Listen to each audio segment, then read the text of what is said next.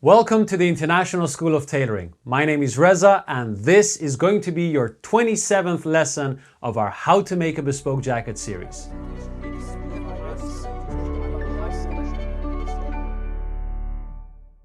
In the previous lesson, we learned about gathers and shape by angle. In this lesson, I'm going to teach you the theory of shoulders.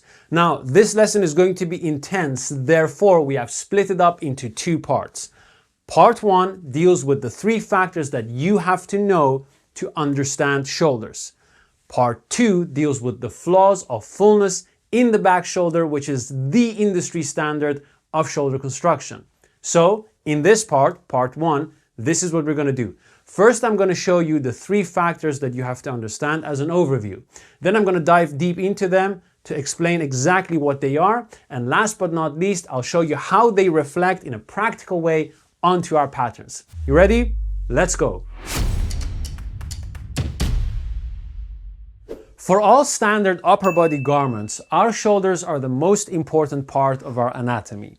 I'm talking about shirts, t-shirts, jackets, overcoats, hoodies, all of it. Why, you may think?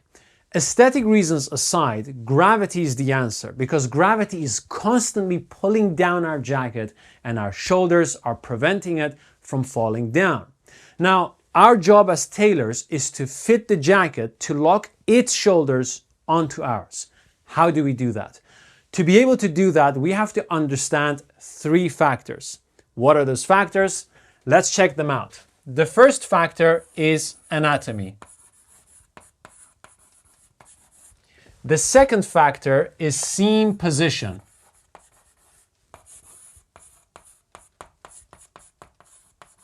And the third factor is seam design.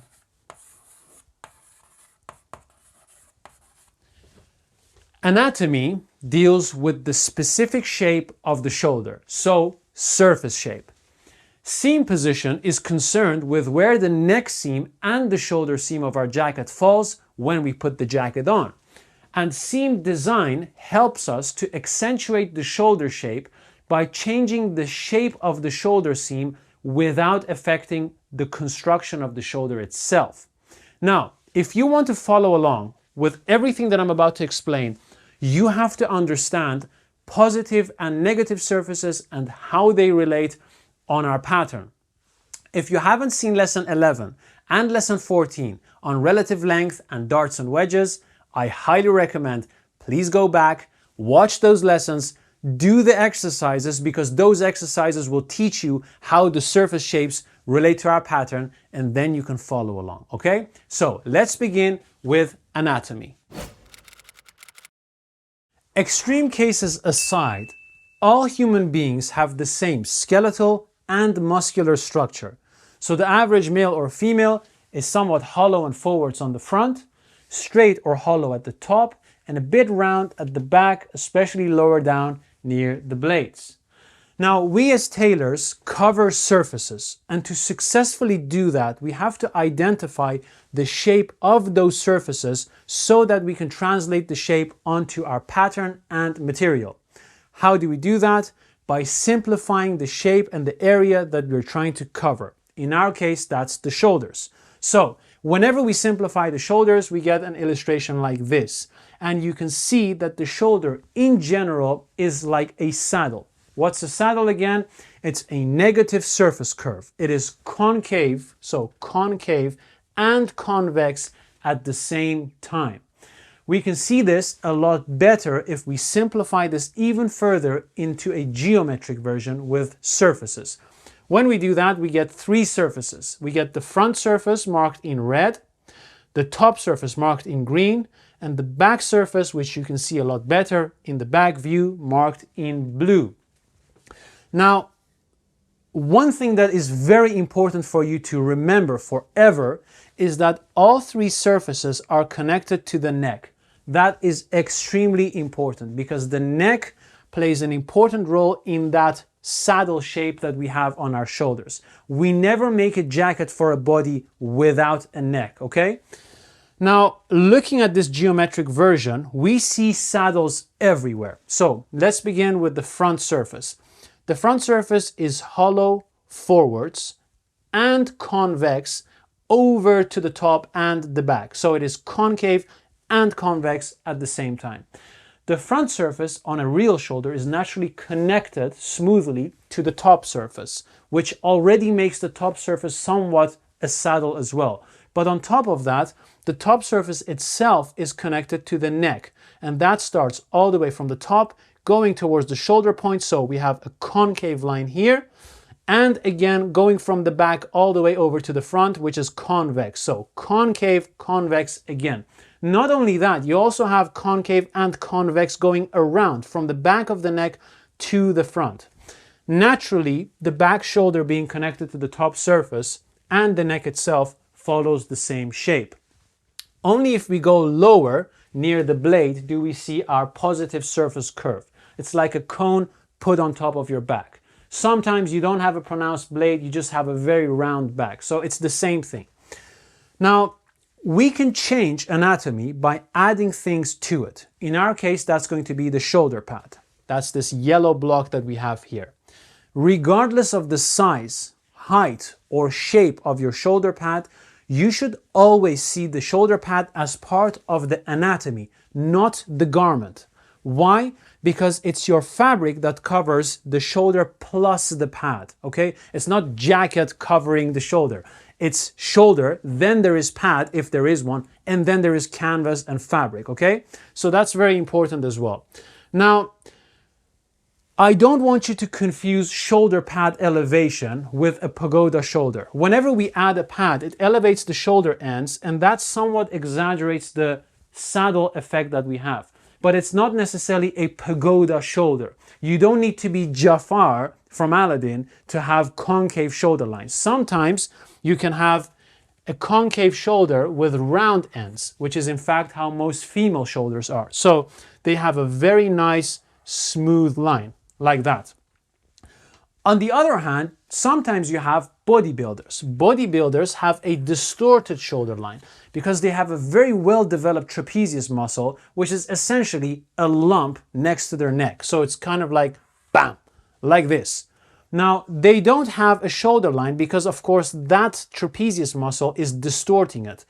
Whenever you add a pad to a shoulder like that, you're not really exaggerating the saddle effect. What you're doing in essence is you're correcting the shoulder line by filling that area up so that there can be a shoulder line. If you don't have that pad, it's very difficult to fit that shoulder, all right?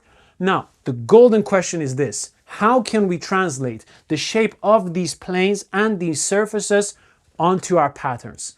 Let's have a look. To do this, we have to draw out a front and a back panel. So to keep things consistent, I'm going to draw the front panel right here underneath the front view and the back panel underneath the back view.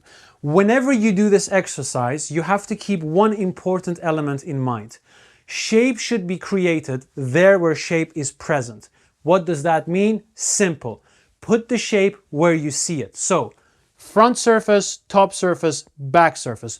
Don't try to displace the shape and do weird things, and don't try to blend the shape between the surfaces, okay? Treat it simple.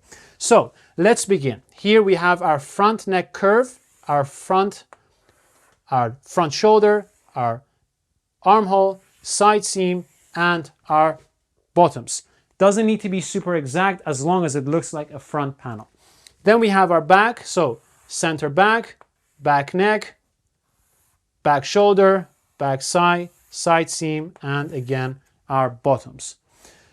Let's begin with the front surface. The front surface, as we said, is a saddle-like shape, therefore it requires additional length. How do we add additional length? We add a wedge.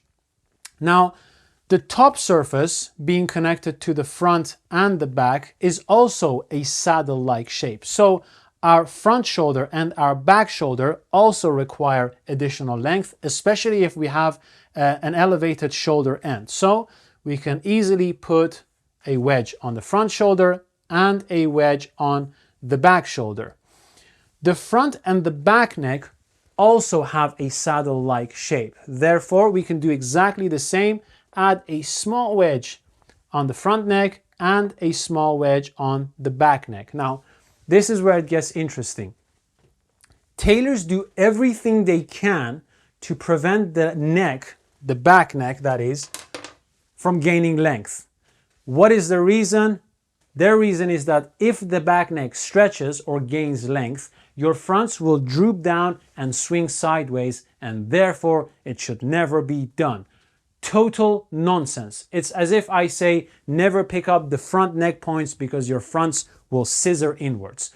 You have to do whatever you have to do to the surface of your fabric and then change or alter your pattern accordingly. It's as simple as that, okay? So now that we've done the wedges in the neck and the shoulders, the last area that we're going to look at is the back, and that's where we have our blade, our positive surface curve. That is going to create some surplus around the back side, which we can easily take out with a dart. So we're going to put a dart right here. Now, the great students amongst you are going to press pause right now, copy this on a piece of paper or a stiff material, and actually try it out in 10 different ways. If you want to be a master sculptor of fabric, that's your exercise. Just do these wedges on these areas, try them out, change the sizes, change the lengths, the intensity, and test it out on yourself, on your friends, on your mannequin, whatever. That gives you a very good insight into what all of this means.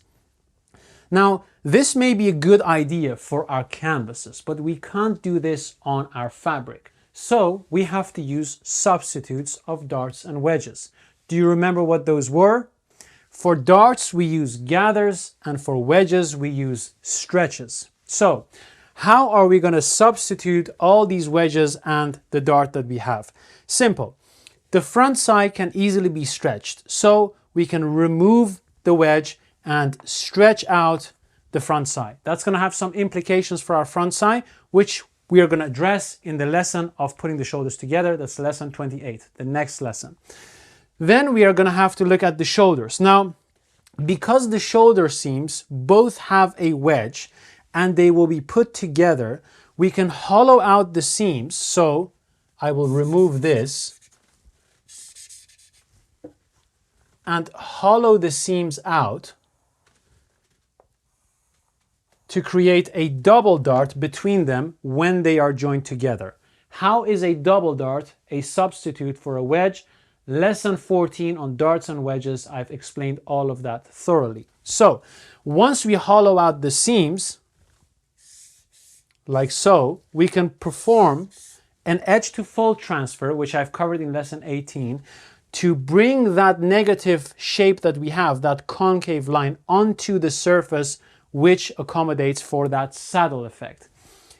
The same thing we can do for the neck curves. Of course, we don't need to hollow them out, but we can easily remove them and stretch them out, as we did with the front side. And the dart here can, of course, be dismissed, and this area can be gathered, which will create a bubble parallel to the gathered line, and that bubble is going to fit on our blade. So, if you find some of this a bit overwhelming, don't worry. You can still put the shoulders together with me in the next lesson, and then in fact come back, have a look, and because you've done the work, it will make more sense. You have a practical reference in your mind. So, what have we done? Read and write shape. Some schools or some courses will teach you narrowly defined sequences to perform an action, to do shoulders, to do colors, whatsoever. But I talk to you about teaching you the alphabet of tailoring. This is partially that. If you learn a sequence, you are memorizing sentences. I want you to be a poet. Own your words and tell your story in the way that you want to tell it. So, therefore, you have to learn how to recognize shape and put that onto your panels so that you can fit a gorilla, Cinderella, and her shoe. That's it. So, we've covered what the surface of the shoulder is, how to translate that onto our panel for perfect fit. Let's move on to the next factor, which is going to be seam position. Two seams are crucial to the fit of our shoulders: the neck and the shoulder seam. Creative design aside, both of these seams have an ideal place to be. We can't randomly put them wherever they fall and expect perfect classic fit. So, what is the ideal place for these seams? Let's begin with the neck.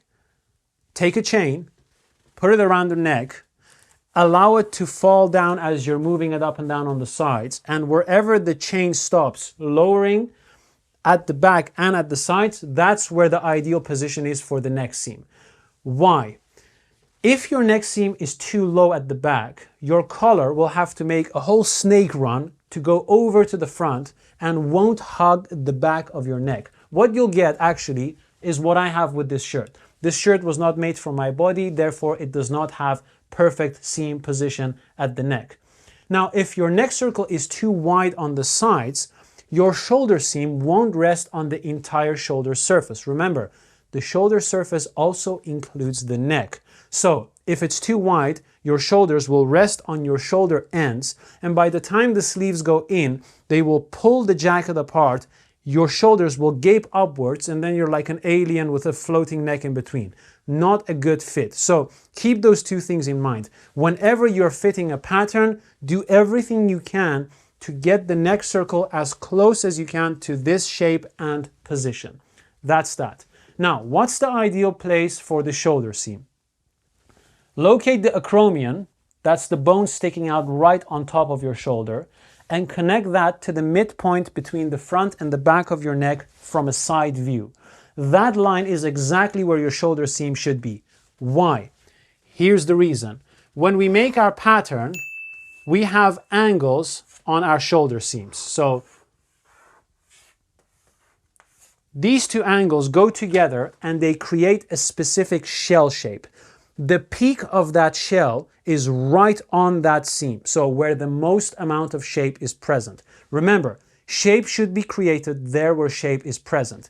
We want this shell to fall exactly on the peak of the shoulder on our body. So, if you think about your body as this curve, that's your shoulder from a side, and this is the peak of your shoulder. You want the shell shape, your fabric, your material, your jacket, to fall exactly on that same area and perfectly align.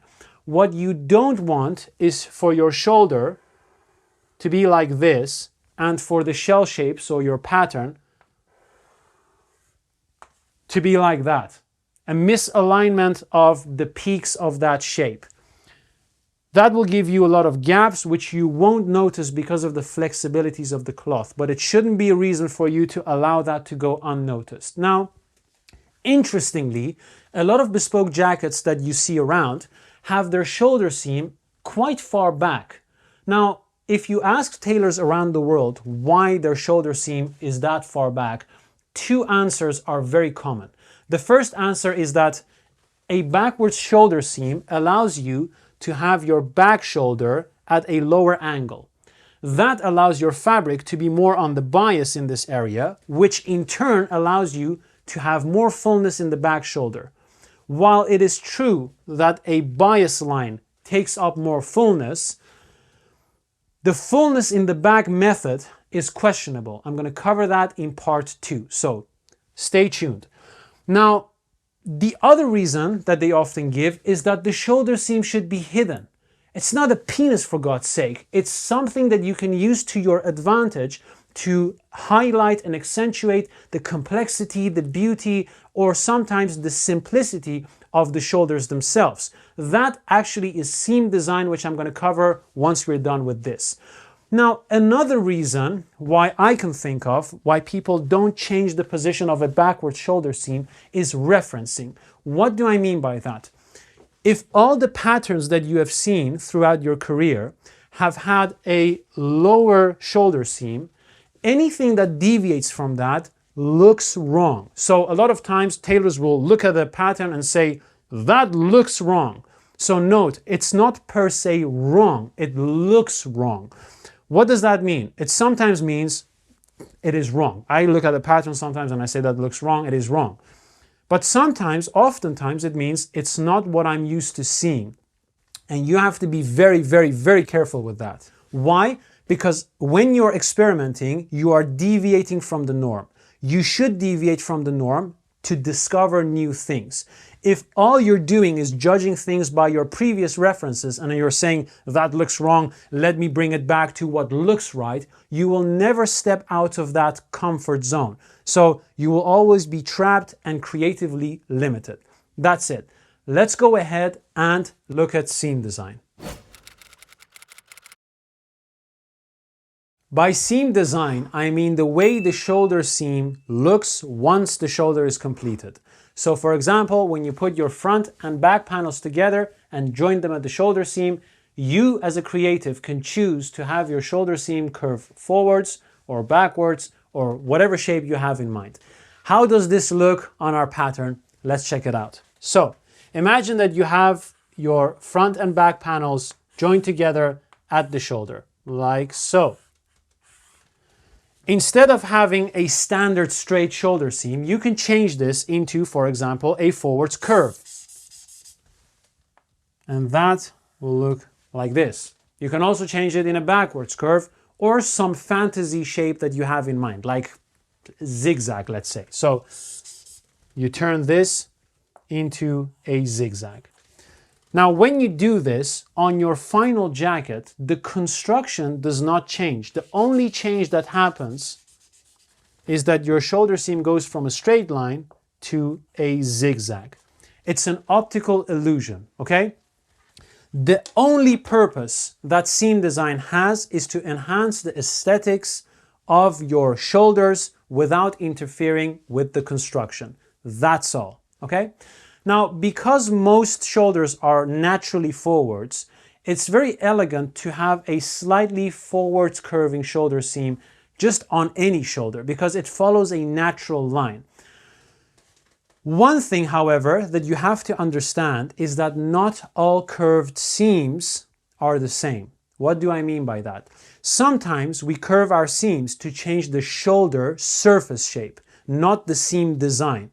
So the question really is, how can you tell when a curved seam is affecting the surface shape and when it's affecting just the seam design?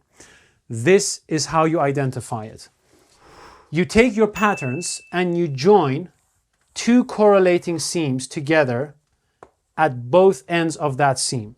When you do that, if the seams fit together like a puzzle without any gaps or overlaps between them, then you know that the curves are only affecting the seam design, okay?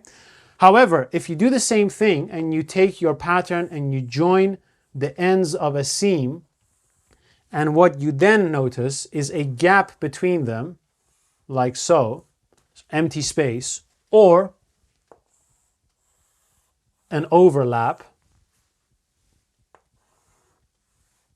like so, then you know that these curves are affecting the surface shape. It's very simple. But this is where the magic happens. You can combine seam design and surface shape to create a very complex construction.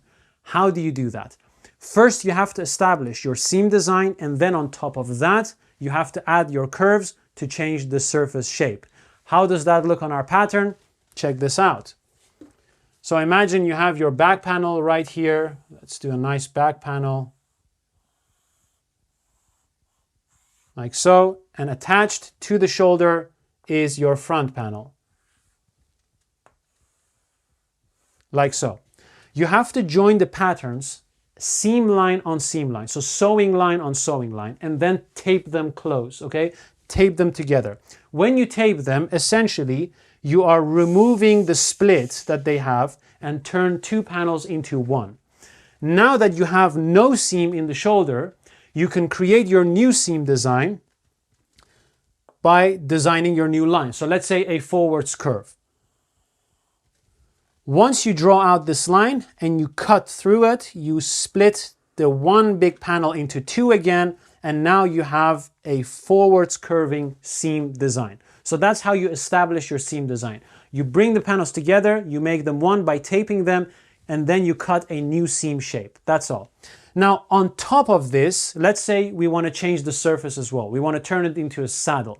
So we will hollow the seams, let's say 3/8, both the same amount for simplicity's sake. We hollow the back and we do the same amount on the front shoulder. And when you do that, you notice an asymmetrical gap. Normally, if your shoulder line was straight and you hollow both of them, you have symmetrically opposed curves. Both of them would be hollow. But because you had a curved forwards seam design line, and on top of that you did your hollowing, your empty area, your gap is asymmetrical. So by looking at that, you can tell not only is the surface shape affected, but also the seam design. So imagine, to demonstrate what I mean, imagine you would have your straight shoulder seam like that, and the only thing that you would change would be the surface shape. So you don't really have a seam design. If you would hollow the back, let's say 3/8, and the fronts 3/8, the gap that you get in between is pretty much symmetrical. When you look at this, you can tell it's just the surface shape that's affected, not the seam design as well. Let's do another example. Imagine that you want to have a round surface shape with a backwards curving seam. So what do? First, you establish your seam design. So you join the shoulders, sewing line on the pattern, of course. You tape them, and by taping them, you turn these two into one panel. Then you draw your backwards curve, cut through that line, and now you have established your backwards seam design. On top of that, because you want to create a round surface shape, you have to add material. So let's say we add 3/8 to the back shoulder like that, which makes that line more convex than it is. And you add the same amount to the front shoulder, which somewhat straightens that line because it starts from a concave 0 point. Now what you have is not a gap. Now what you have is an overlap. You can see the blue goes over the red and the red goes over the blue. Looking at this, again, two factors. There is an overlap, so surface seam has changed, and the overlap is not symmetrical. So you can tell that the seam design is also affected. This helps you to read patterns. So anytime you look at a cutting book and you see a curved seam, don't assume that that curve affects the surface shape. Always look and see what the other panel is doing, because the surface could be flat, and it could be just a seam design thing. Now, what I recommend you do is to take a square of fabric or paper and try different combinations of surface shapes and seam designs. That will ingrain this technique in your mind, because we're going to apply everything I covered in this part. So anatomy, seam position, and seam design on both our pagoda and traditional model. As for now, this is the end of part 1. Let it sink in, take a break, do some exercises, and I'll see you in part 2. So let's say you want to have a curved forward seam. What you do is you create a curved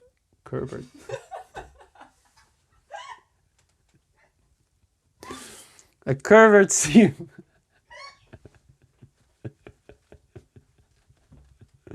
You create a curved seam.